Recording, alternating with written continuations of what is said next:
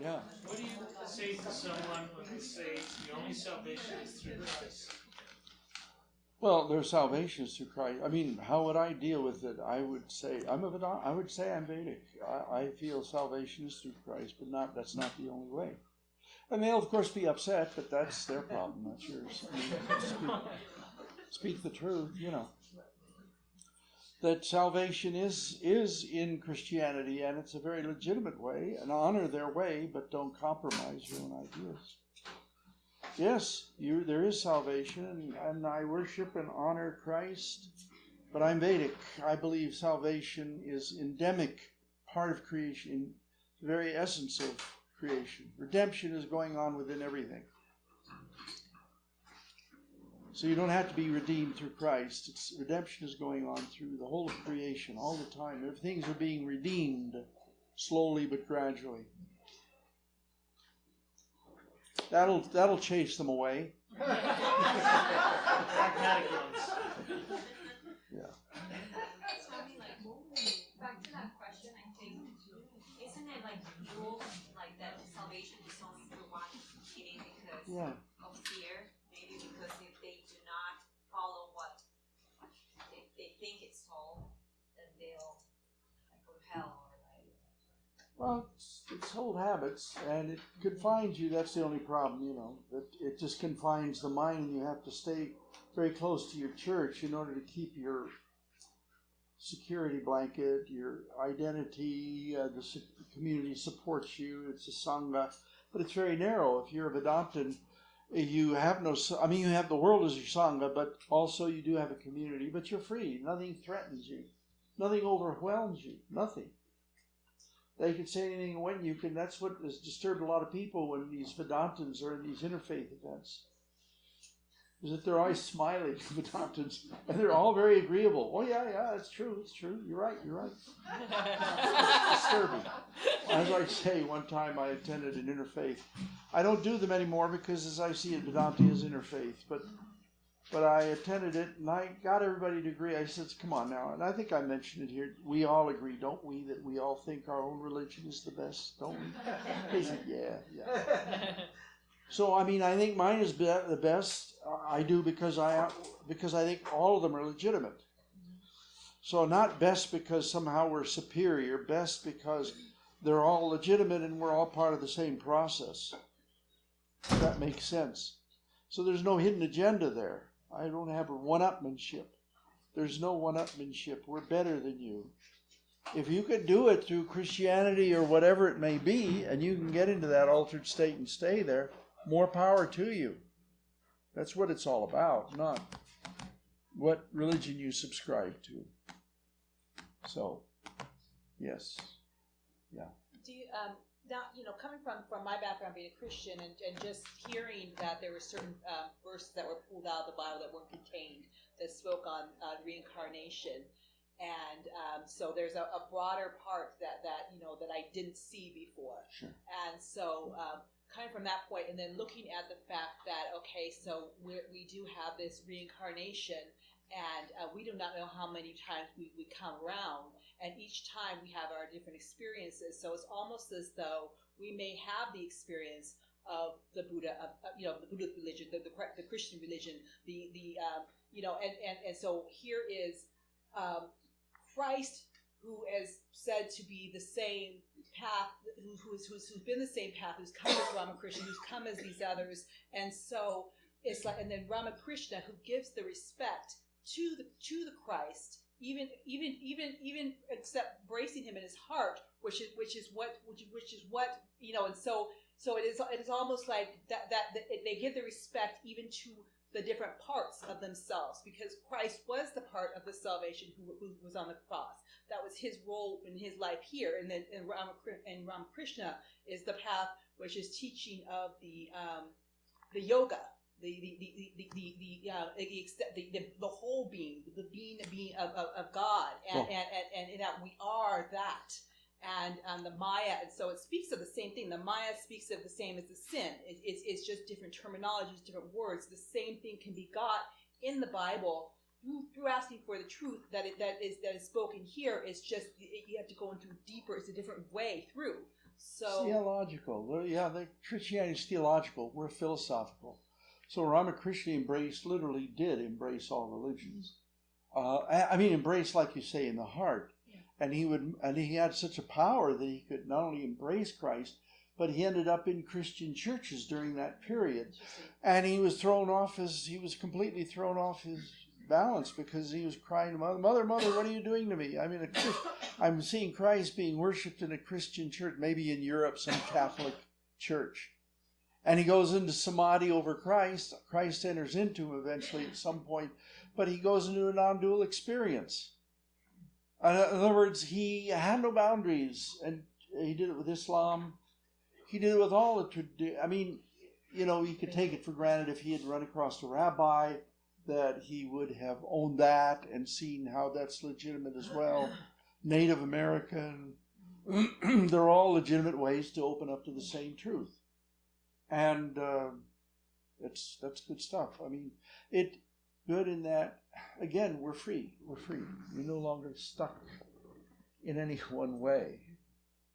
And you're not insulted. Your reasoning faculties aren't insulted. You see that, as we were saying today, that the mind is shifting and evolving all the time because it's being driven by a spiritual origin.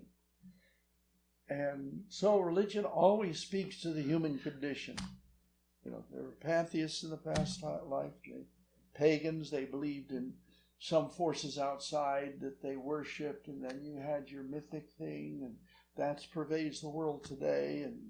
But now with the rational world, now we're embracing this Vedanta.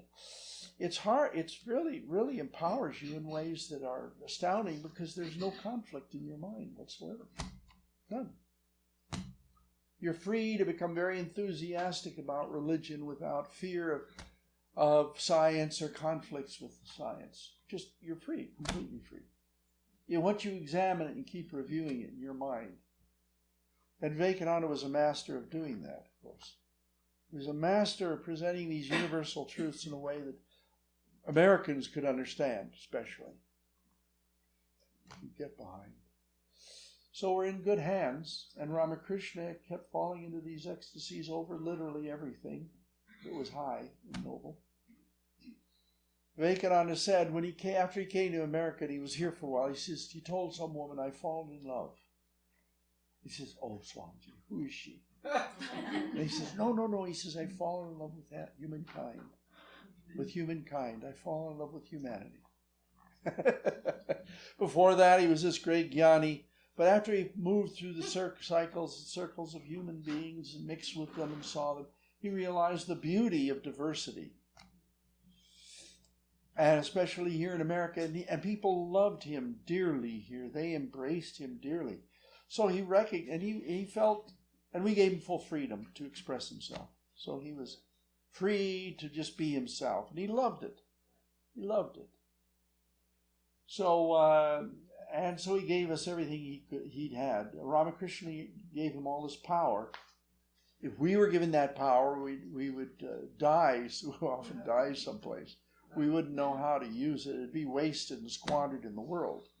But him, he contained it all because he was such a big receptacle too. So in Thakur, when he came down, he brought this old rishi down who could retain his energy, his message, and share it. And he came here. He came here and shared it here. So it is for us. This is our religion. This is our religion. Spirituality. And we're grounded in reasonableness. I'm going to give a lecture the next one I come here is going to be a reasonable religion. A reasonable religion.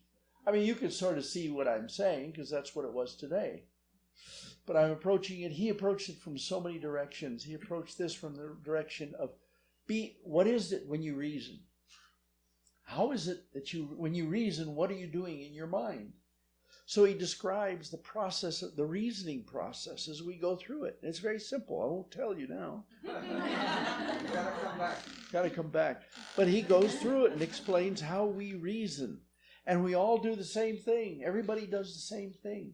And it's again because of the divine. that we want to be reasonable. So is there a reasonable spirituality? Once you define what reason is, and then you attribute it to spirituality, then boom, oh my God, we've got ourselves a reasonable spirituality, or religion if you wish. So, yeah. Earlier inside, you were talking about how we fall into the pattern of acting and reacting, and I feel like humans are more inclined to be impulsive. So how would someone stop acting impulsively?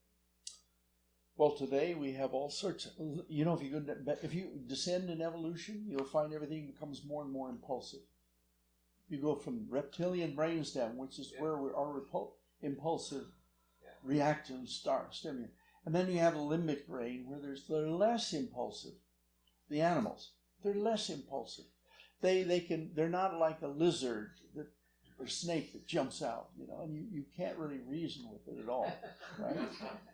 But with animals in the limbic system, you can reason with them, and you can train them, and they can become domesticated, right? And so we can train them and everything. So there's an evolution in consciousness, and a devolution of reactiveness. It's breaking down. So when you get to the human condition, early humanity was very impulsive and instinctive. They didn't have but the triune brain was born, the neocortex, the front part of our brain. So we're able to reason with that. Now, what's happening is that as we've evolved as a people, as a world, we're much more reasonable in the way we come to the world. We look at things, we analyze them, we have universities, we have therapies, and we go inside of ourselves and we see our weaknesses, and we become reasonable about it, and somebody's there sitting there encouraging us as we fall apart and go crazy in front of them, and they console us and say it's okay. You see, you're becoming reasonable. That impulsive part of you that you were suppressing is being healed. You go to university and you come out on the other end a little more reasonable and less impulsive. So it has been this cognitive, the neocortex that has been slowly dissipating this impulsiveness. Okay? The big impulsion is over politics and religion today. Very impulsive. If I were to bring up politics now, we'd all be screaming at one another. We'd lose it.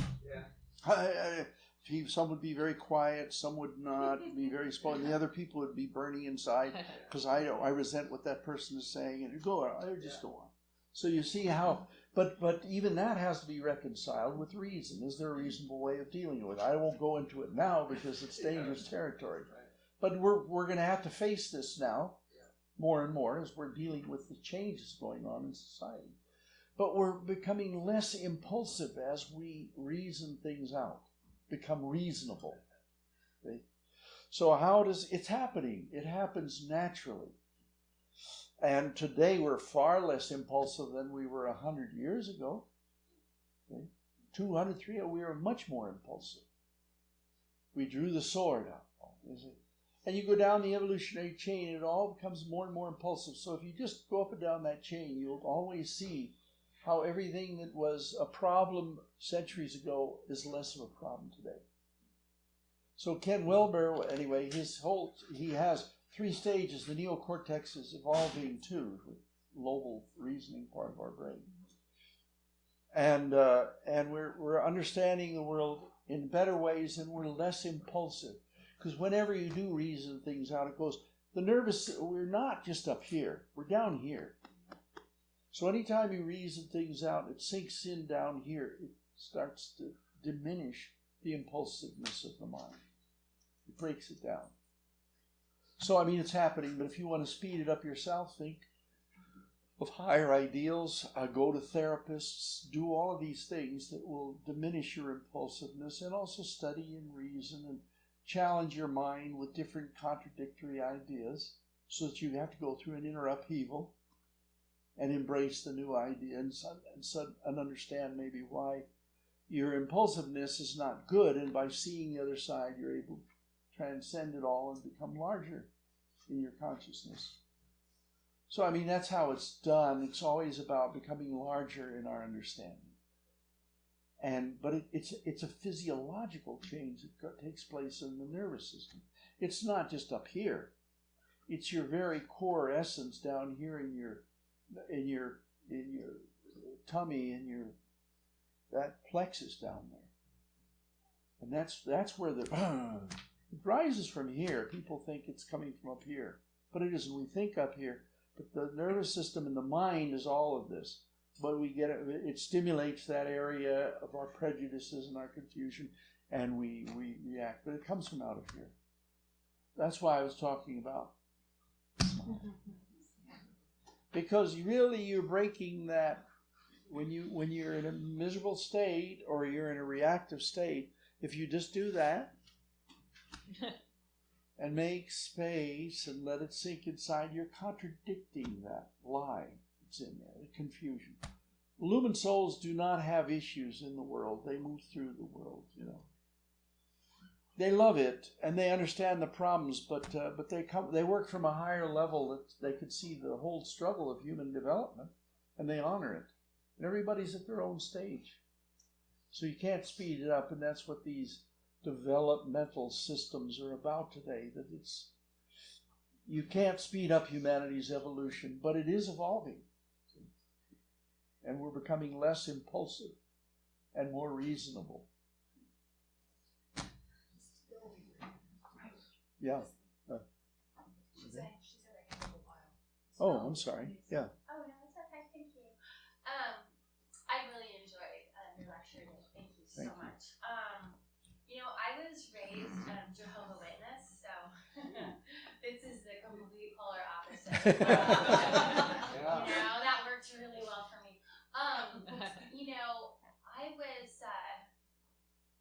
I was told that that I'm an old soul and that I actually picked that path to be born into a Jehovah's Witness family with a father who's an elder, being the oldest child, and just having like a really, really difficult, very judgmental, my whole life was fear and judgment.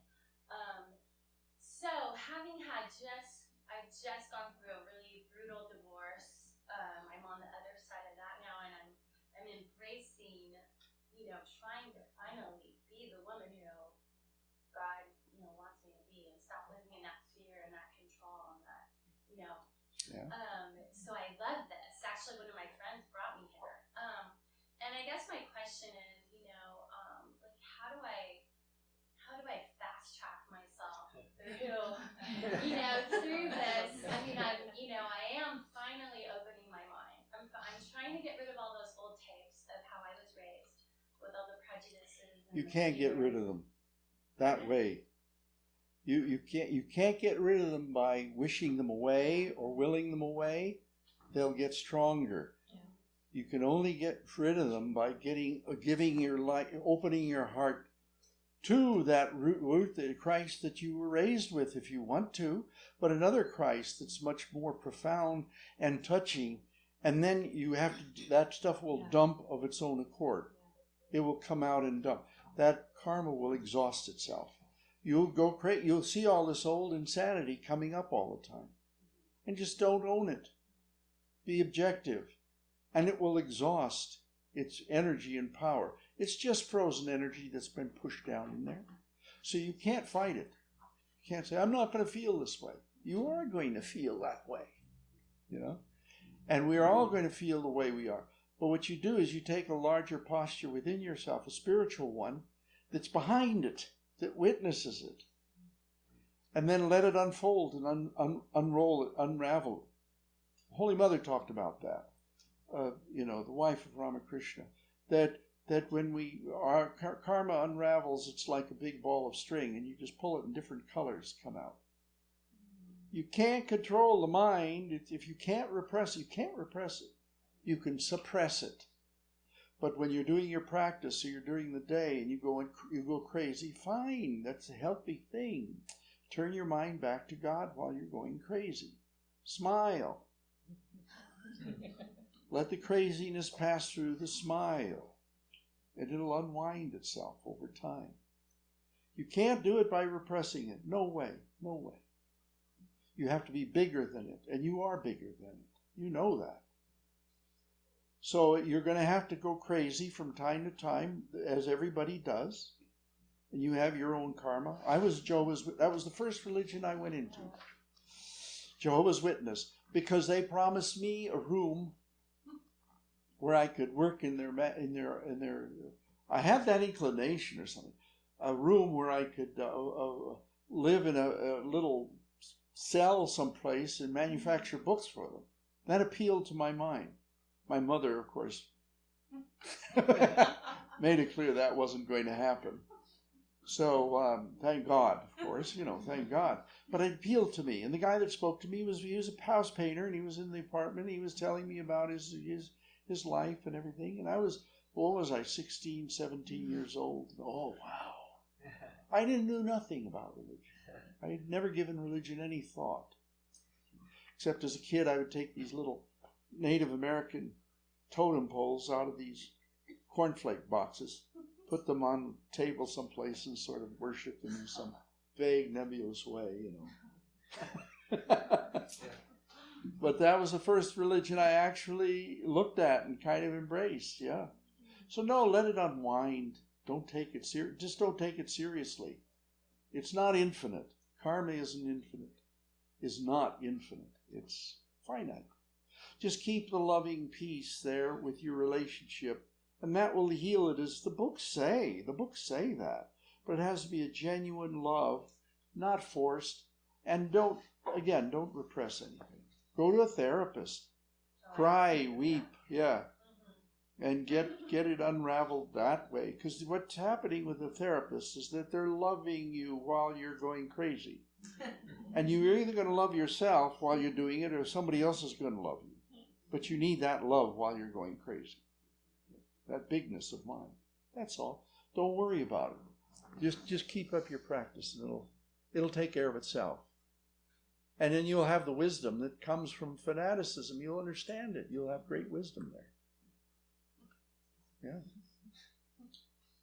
And I have a question. Yeah. When that impulsiveness comes on, and you act and you make mistakes, and you say smile through it, and that hurts and harms other people, their spirit, their joy, it's really hard to smile through it, or it could be interpreted from the person whose joy or who you caused hurt to be misinterpreted if you're smiling through it. Not when they don't know you're doing it. Go into the bathroom and do it. Go into the closet and do it. While you're going, honestly, when you're going crazy, smile. I'm not saying smile through it. No, that'll kill. That's suppression. That's suppression. When this professor told the audience, you do that, you're going beyond the game playing. You're actually cheating the process, because you're not forcing a smile. You're just getting the nervous system and the complex part of the body and the brain to acknowledge a smile while you're going through this. You don't tell anybody you're doing that, smiling. No, it's not something you share. That it's Yeah, no. It may be misinterpreted, but even knowing that you caused somebody else pain or hurt. Oh, you're going to suffer from it. You have to suffer from it, but smile through it, and it'll unravel. I mean, we all have that. I come up with ideas and feelings at times where I've hurt somebody, or I failed a situation, and I'm confused and acted stupidly, and I feel guilty and ashamed. Ramakrishna said, I've forgotten, there are 8 alligators, or I've got to study that part of it. It's beautiful. These are problems that jivas have, and you could transcend it by thinking of God or doing the smile or whatever. Shame, guilt, fear. All of this stuff is a delusion. I'm not saying you walk around indifferent.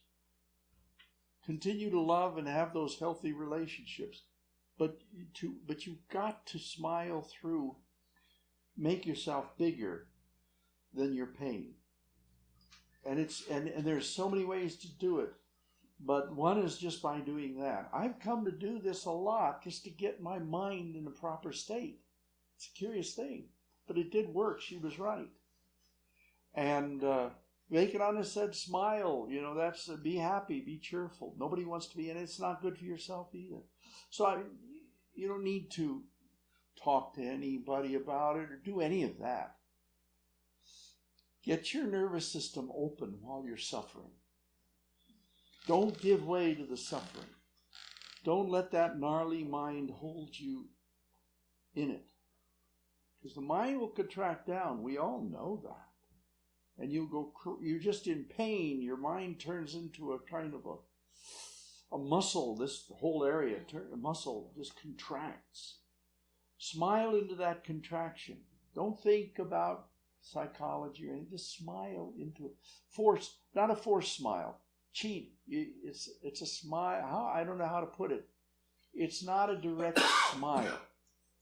And smiles just when I see you do that, or when I see somebody do it. It makes me smile. Even the thought of doing it puts a smile on it. Yeah, that will work. But when you're in suffering, when I'm suffering, you're going to have to do this on your own. I don't know how it works. You have to do well. Then you can't force it. You can't say I'm happy.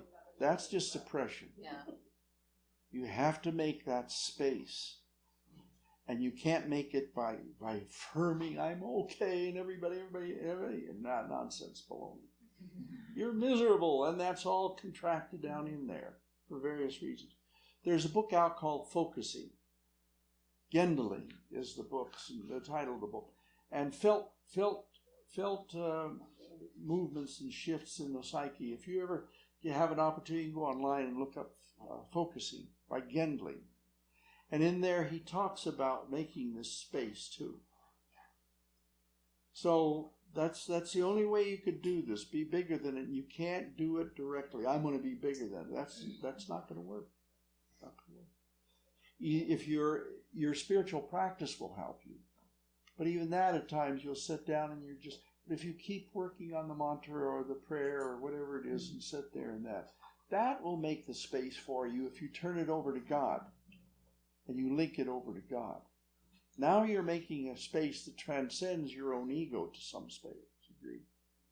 And ego reactions and all of the stuff that's working inside of you that's fake and holds you down.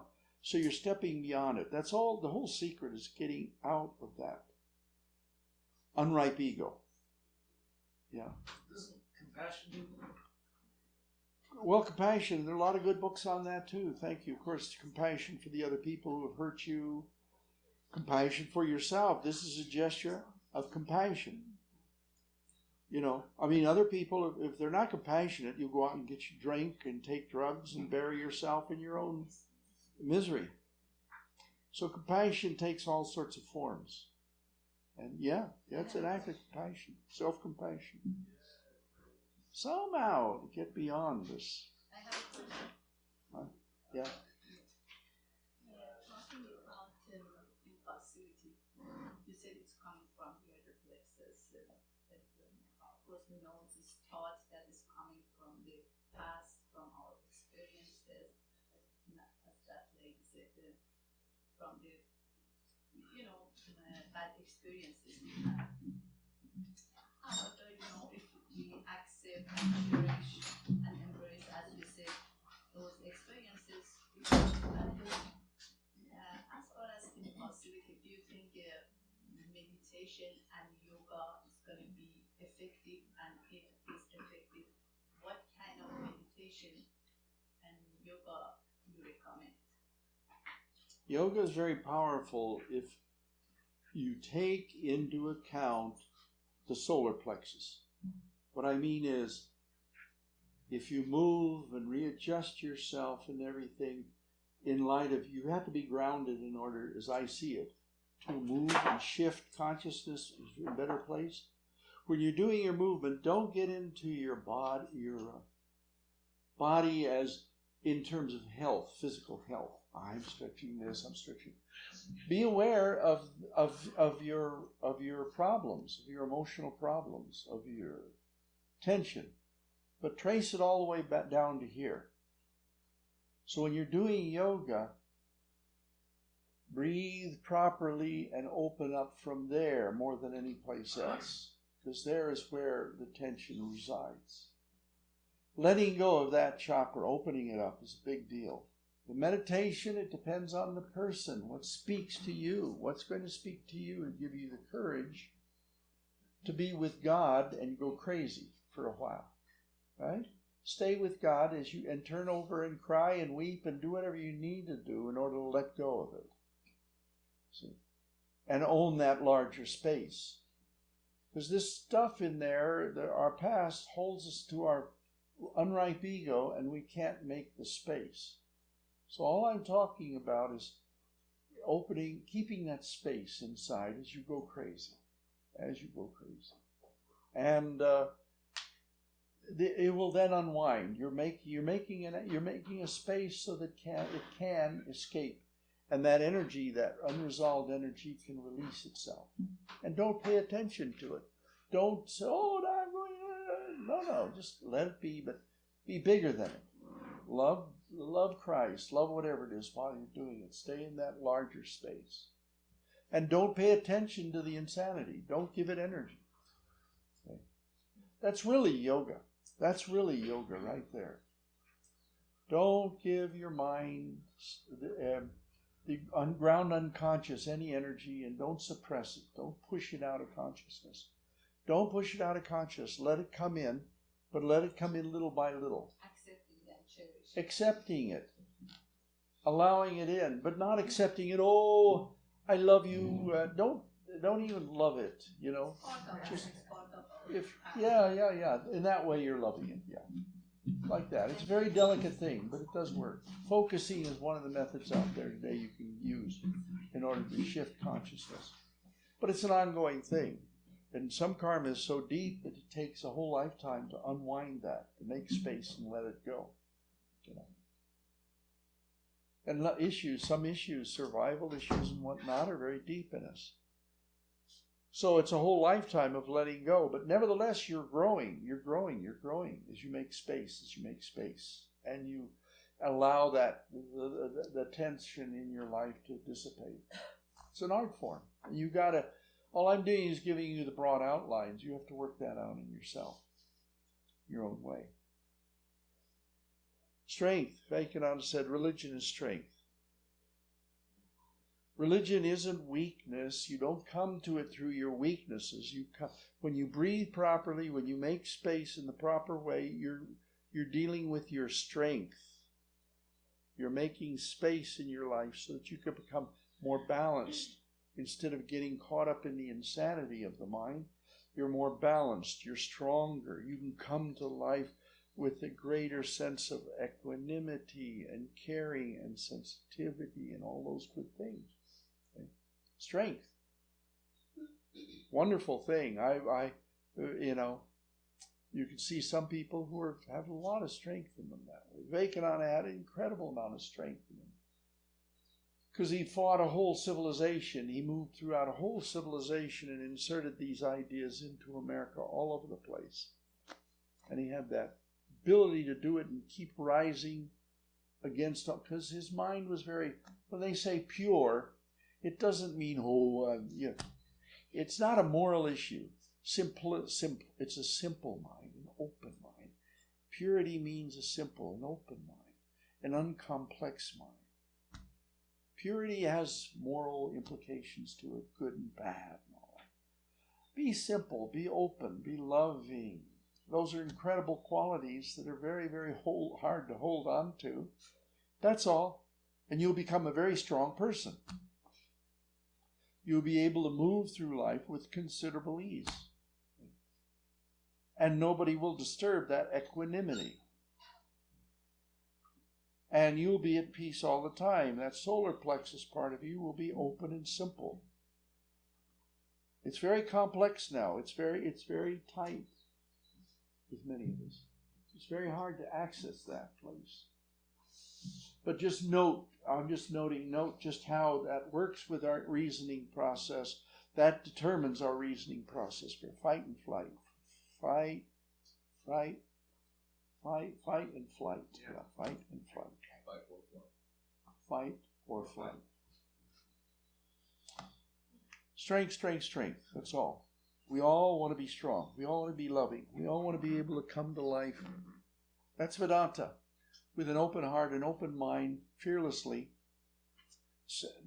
sensing the divine within everything, and being bigger than the situation, so that as situations challenge us, we gradually rise above them. So that's, yeah. Swami, it's good to see you again. You're touching on something I stumble around with a lot, because I encounter various people that are looking for a better path than what they had before. Sure. And I know various surveys over the last 50, 60 years have said America, in large part, has a growing percentage of people that do not affiliate with a specific religion. It used to be all just basically fundamental Protestant, Christian, or Catholic, or whatever. And that's less so true today. But there's nothing in particular that's filling that open space. It's people are disavowing what they grew up with and what they found. They're not finding anything to replace it with necessarily. And when someone asks about Vedanta, I can give an introduction book or have them read Ramakrishna and his disciples. But I mean, it's not like we have a catechism like the Catholics used to have, or we still have, I don't know, where it's some one place where you can hand them something and say, okay, here's the basic philosophies, here's the thing package. I know there's a 102-page introduction that Swami Brahmavidyananda wrote for another book that has a lot of descriptions in it. But I was just wondering, there is no book right now. What can we do to teach this better to the next person? Yeah, there's no book out there yet. Like you say, I'm writing this, and I'm trying to. I'm coming to deeper and deeper insights, and it's there.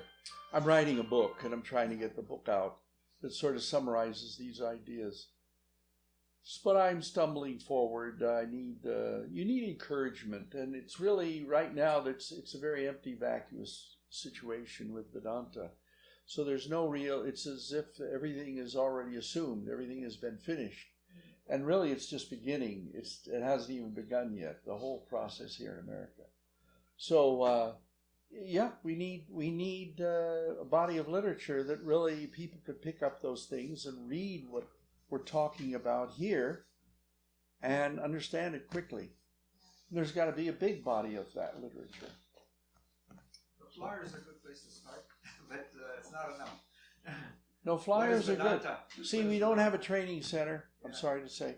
And actually all the monks are not at war, but we don't agree. There's no common message as a movement. And the Swamis coming from India are good men, solid sadhus, but their orientation is Hinduism. And Americans can't assimilate it. It's that simple. It's a cultural thing. So we're in a quandary because the Americans have all sort of given up, and a lot of them who had ideas have kind of left. And I seem to be the only one, honestly, who speaks up, and shares these ideas. And I haven't found any other monks in the order who have. See, I've taken it out of every situation. I put Vedanta into a process. And I've struggled to do this over and over again until now I've had a lot of insights into it. And now I can sort of put it in a coherent way, independent of any religion or tradition. And that's why India is so good at this, and why India holds on to. And it gave up its passion for the world, and not that it doesn't have it, and now it's starting to become part of the global community. But before that, it was committed to this because it's such a workable system. So it withdrew from the world, and it really wasn't committed to a secular society. It's only now that India, Vivekananda wanted it to do both. And now it's doing it more and more. But this system is very abstract, but very... And India bought into it, understandably.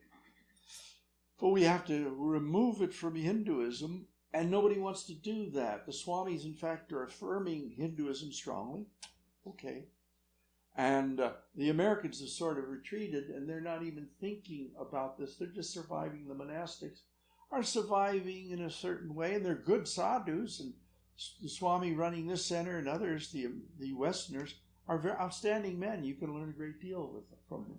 But nobody has really taken it out of all these historical contexts and put it in an ahistorical way. And I'm doing that.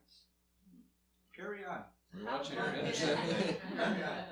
How If about I the can, monthly or quarterly newsletter that everybody, Swamis or everybody put their opinion on writing articles, so people that they are reading, they take well, we have to do that, but there has to be a community who wants to do that, see.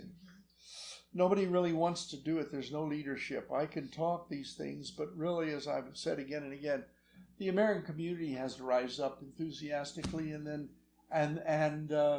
talk about this and insist on it, own it. A critical mass has to take place where America has to own this on its own terms, and that is an aperspectival way. In other words, ahistorical. It has nothing to do with history without that. It's a process running through history. So it has nothing to do with the physical world. It's how everything unfolds out of the physical world into the transcendent. And all of the religions capture this process. Yeah. It feels like we live in a very competitive society. And to be someone, like you said, which is compassionate and simple mind, or maintaining a simple mind. Yeah. It feels like you're leaving yourself vulnerable to be manipulated or played a fool or taken advantage of. Is this something that you should practice in spite of that? Or should you do this kind of on your own to protect yourself? Yeah, good question. Absolutely, because it's very deceiving when I say that. It's very it confuses people. What I mean by a simple mind is you're rooted in a very strong source in order to be simple. And that's the divine. So your heart is open and your soul is open to the divine. So when you come to life, you're coming from a very open, simple place in yourself, rooted in the divine. And that's what I mean by simple. This whole idea of smiling and unwinding karma, letting it go, it makes us simpler and simpler. That doesn't mean more and more stupid, and which is what it implies. It implies that. It means honest, open, free, simple in the sense of uncalculating, looking at things with a free mind, assessing them, and seeing whether they work or not. It's that kind of an openness and a simplicity. I just was trying to get away from the idea of purity. It's a very dangerous word too, and simplicity is too, being simple. The right word is just an open mind that is able to ingest, all-knowing. You're able to ingest and see everything around you without reacting. You can evaluate things easily. But you're right. It's a delicate thing that has to be analyzed and spoken about by all of us here and written about, and eventually we'll find the right language for it. Swami?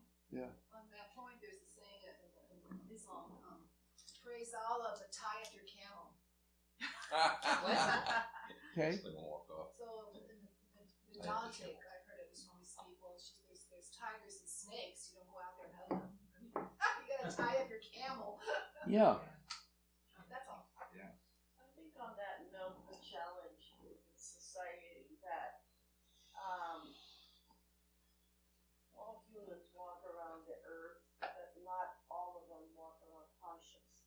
That's right. And in embracing those thoughts of wanting to be expansive and more open to the difference of the love of your soul and the love of your creator, you will be accepted by some and you will be rejected by others. Amen. But in that, you take the concept of looking at it, but not necessarily taking it on. Just having the compassion to understand that everyone has a choice and they are exercising their choice. Right. And that's okay. It's just not yours. And it's okay too. It feels like when you make that decision, then it feels like people, a lot of the majority of the people who are unconscious will then take advantage of you. No, I'm sorry. But it feels that way. But I don't know if it's true. It isn't if you're coming out of strength and realization and you're centered in a way that's in the divine. Then you're fearless and you're not weak. Simple. That's where it becomes difficult.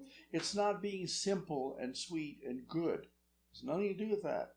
A person who's simple in this spiritual way can be very, very mean and tough. Right. And Vivekananda was very powerful. I mean, he could take on people and put them in their place very quickly.